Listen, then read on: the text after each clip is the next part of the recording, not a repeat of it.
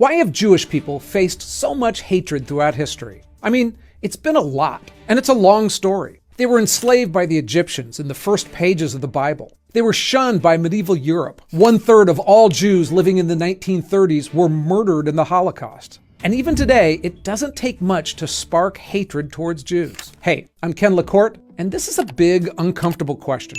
I researched it pretty heavily, and I'll do what I can to give you the best of what I found in the least biased way I can. We'll look at the concept of Jewish distinction, which has been ingrained into Judaism for thousands of years. We'll take a close look at how jealousy towards Jewish success and power has played a part, as well as how true and not so true anti-Semitism charges affect the equation, as well as the ongoing Palestinian conflict. But first, let's be clear. Jews are far from the only victims around. Racism, xenophobia, and bigotry are an ugly and ongoing part of human history. Across every era and place, you'll find people being persecuted for their ethnicity or their beliefs. We've seen the Cambodian genocide, the Rwandan genocide, Mao's Cultural Revolution, Soviet purgers, the Armenian genocide. It goes on and on. When times get bad, people often look for somebody to blame. Minorities, immigrants, and religious groups often become easy scapegoats. Some evolutionary psychologists argue this whole us versus them idea is hardwired into our nature, a survival mechanism from our tribal past. I mean, early humans stayed alive by forming close-knit groups that often competed for resources with others. A stranger often meant violence, or even when they were friendly, exposure to unknown sicknesses that could destroy an entire tribe. But the hatred towards Jews has been uniquely intense.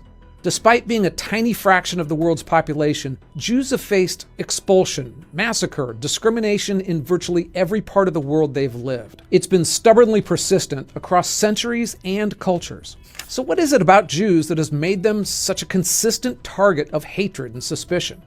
The answer is complex, but Jewish identity has always been deeply entwined with distinctiveness and separation. It goes all the way back to the Torah, the founding religious text of Judaism.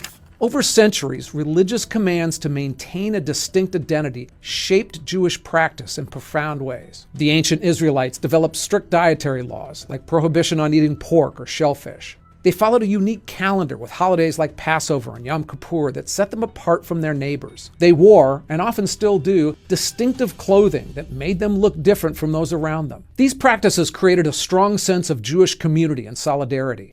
In ancient times, this often brought them in conflict with the conquerors who demanded cultural conformity, from the Babylonians to the Romans. Jewish commitment to their faith in the face of persecution was seen as stubborn, and it planted the seeds for centuries of stereotyping, scapegoating, and conspiracy theories. But the story of anti-Semitism can't be told without talking about Christianity as well. I mean, after all, Christianity began as a Jewish sect, and Jesus himself was a Jew. His crucifixion story, told via the Gospels written decades later, depict Jewish religious leaders as the bad guys, accusing Jesus of blasphemy and conspiring with Roman authorities to have him executed. And over time, Christianity institutionalized this narrative of collective guilt, positioning Christians as God's new chosen people and Jews as spiritual outcasts. As Christianity grew, Jews were cast as the antithesis to Christian virtues, and Christianity grew amazingly fast. I mean, there's about 165 Christians in the world for every Jew. But the values of Judaism led them to great successes in the world, and those successes also helped fuel distrust and hatred towards them. Throughout history, jealousy of rich and controlling Jews has been a thing. In medieval Europe, Jews were prohibited from owning land, joining trade guilds, and working in most professions. They were forced into fringe economic roles like money lending, which Christians were barred from pursuing. This occupational segregation was enforced by religious law and social customs. Over time, many Jews found success in finance, and they developed networks of credit and trade across Europe and the Mediterranean. Some rose to prominent positions as court bankers and advisors to kings and nobles. And that made them targets, especially in bad times. When crops failed or markets collapsed, Jews were blamed, accused of exploitation or hoarding wealth. The Nazis took economic anti-Semitism to its most extreme and murderous conclusion. They portrayed Jews as parasites and exploiters, controlling banks and media as part of a conspiracy to subvert Germany. The final solution was partly an attempt to eliminate this imagined Jewish stranglehold on the economy. This took on new forms in more recent years. The stereotype of the rich Jew was updated, and people made sweeping assumptions about Jews being lawyers or controlling Hollywood. And here's where I have to be careful. not to feed into bad stereotypes, but also not to blindly assume that every one of them is evil and wrong. Last week on Larry King Live, Marlon Brando made the shocking statement that Hollywood is, quote, run by Jews. In response, outraged Jewish organizations made it snow in New York in April. Now, the snow part was a joke, but the Hollywood entertainment industry was largely created by a group of ambitious Jewish immigrants from Eastern Europe. Words like control can be dangerously overused, but throughout the 50s, that studio system completely dominated the film industry. And to this day, Jewish Americans play a strong role in it. Jews have long placed a high value on education, literacy, and professional achievement. And many Jews have risen to the top of their chosen fields, thanks to a combination of ability and communal support. For a group that's about 2% of America, Jews have earned themselves an outsized role in a number of powerful fields. But that's very different from the concept of Jewish globalists secretly controlling world events. And it also ties to another accusation that we hear a lot, the one of dual loyalty. It's the idea that Jews are more loyal to Israel or a global Jewish agenda than to their own countries. And it plays on those ancient fears of Jews as a shadowy cabal with their own allegiances. It's also reinforced by the fact that up until the mid-20th centuries, most Jews weren't citizens of the countries where they lived. They were often seen as owing their allegiance to a global Jewish community rather than to any particular country. And a lot of American Jews feel a strong connection to Israel, and that influences their politics. Israel is both the center of the Jewish religion and has, for millions of Jews, been a safe refuge when other countries went bad for them. Pro-Israeli lobbying organizations like AIPAC give a lot of money to U.S. politicians, and the United States gives a lot of money in support to Israel. $4 billion a year in a typical year, and closer to $18 billion last year. And when some progressive politicians spoke out strongly against Israel, a lot of Jewish money helped defeat them in elections. Now, people should be able to debate about America's relationship with Israel without being branded anti-Semitic. And some Jewish leaders are quick, sometimes too quick, to play that card. Now, given the history of anti-Semitism, many Jews are rightly sensitive to anything that sounds remotely anti-Jewish. The memory of the Holocaust is still raw, and the fear of resurgent anti-Semitism is a real thing. I mean, it was only 80 years ago that train tracks ended at death camps in Nazi Germany, where millions were murdered. I mean, there are still people alive today who were around back then.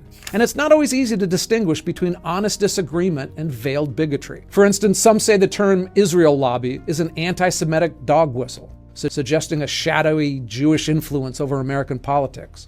Others say it's an accurate description. The Jewish Anti-Defamation League offers other examples. In their polling of what they call anti-Semitic questions, some are clearly that. But others, like the statement, Jews stick together more than other Americans, don't seem very anti-Semitic to me and have a large degree of truth. There have even been recent attempts in America to outlaw boycotting Israel, or even supposedly anti-Semitic speech, actions that completely violate America's concept of free speech.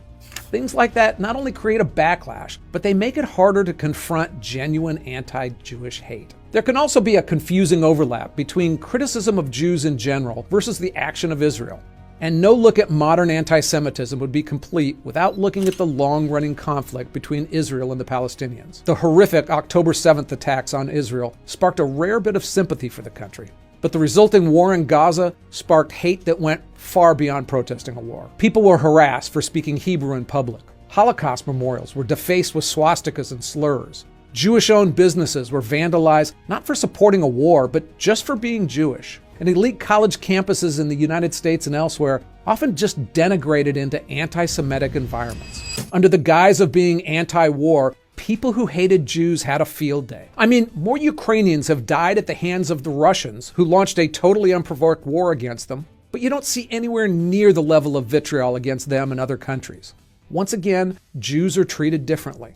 Now, this isn't a video to get into the history of that conflict, but it does present a kind of a classic chicken and egg scenario. Do people dislike Israel because of their behavior towards Palestinians? Or is 2,000 years of anti-Jewish hate the real cause of that conflict? Or maybe, as is often the case, a bit of both. One thing that I'm relatively certain of, though, is that Israel will actually keep winning the battles against its neighbor, if for no other reason than cultural differences and history. Because when you look into it, Arab armies virtually always lose wars against Western powers. In fact, the last time an Arab regime won a major battle against the West was in 1187 AD. That was a long time ago. The reasons why are complicated and cultural issues are at the heart of them, and you might like this video. Hey, thanks for watching. I love researching these and sharing what I learned with you. If you thought I did a good job, come back again. All right, thanks.